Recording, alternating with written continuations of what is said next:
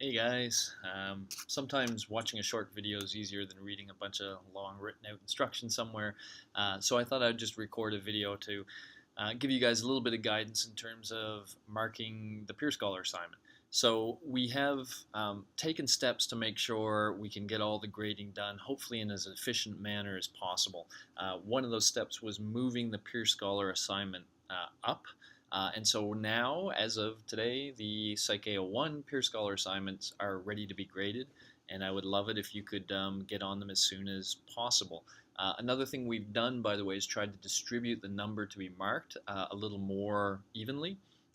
So, none of you have a ton to mark. Some, I think, have upwards of maybe, let me get a peek here. Um, yeah, maybe upwards of 100 in some cases. So if you could get on them as soon as possible, that would be great. I would appreciate it. With respect to grading, one of the things we all noticed last year, those of you who were part of the AO2 grading, was that it really seemed, in my opinion, that we'd also moved the Peer Scholar assignment up then too, and I think it fell right during midterm time. And so it seemed like the students really did not put the effort into giving each other comments that they should have. And not only did that, kind of mess up that particular phase, but it also made it very hard for students to then revise their work when all the comments they got were not very useful. They didn't have a lot of guidance. So I've really tried to be much more clear this time around. And one of the things I've done is posted videos prior to each phase. So prior, not really to the create phase. The create phase is pretty well laid out, but prior to the assess phase and prior to the reflect revise phase, you may have seen the announcements about those. And the idea there was to really try to get the students to buy in, to do it right, and to be very clear about how I wanted them to do it. So with that in mind, I would also like you guys to make sure you watch those videos. Um, in fact, more generally, what I would like you to do is look at all of the information on the SciAO1 Blackboard site with respect to Peer Scholar, really thinking about it from a student perspective. What did I ask them to do? So as far as the assignment goes, I think that's all pretty laid out. If you look at the Peer Scholar tab, you'll see pretty clearly what the assignment itself was. The things I was really focusing on, and I think I clarified, was with respect to the comments to peers. And so let me just stress this to you. What I really want to see them do with each of their peers' comments is, the grade, yes, the positive comment, yes, but that's not all that relevant. The most important thing is the constructive comment. And for each peer, I want to see two things there. They were supposed to highlight some major issue. I'm making that sound more dramatic than it probably is, but how I describe it to them is, what is the one thing that if this person fixed or changed, you think would lead to the maximum improvement in the quality of their work? So they're supposed to be highlighting that thing that should be changed, and they're supposed to be providing some guidance about how to go about changing it.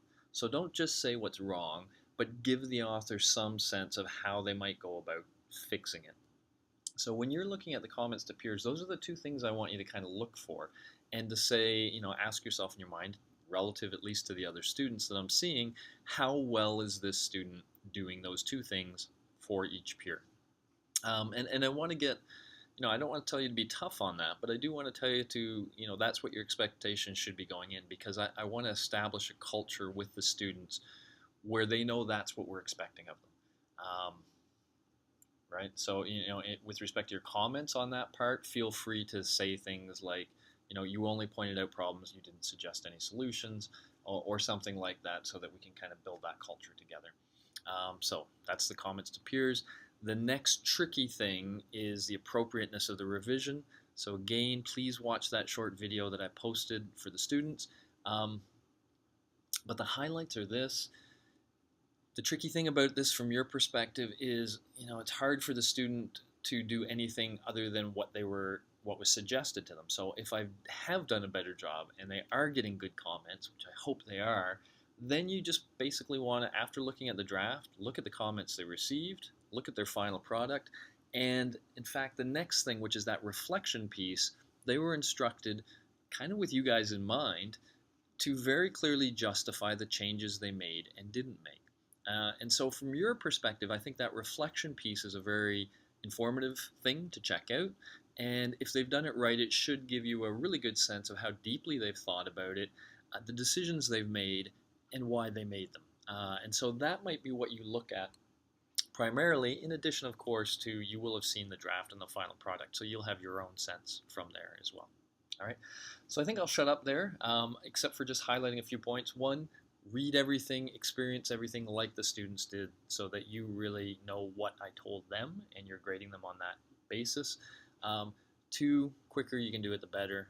It would be really nice to be able to report to students that the grading is done well on time and uploaded to Blackboard and all that.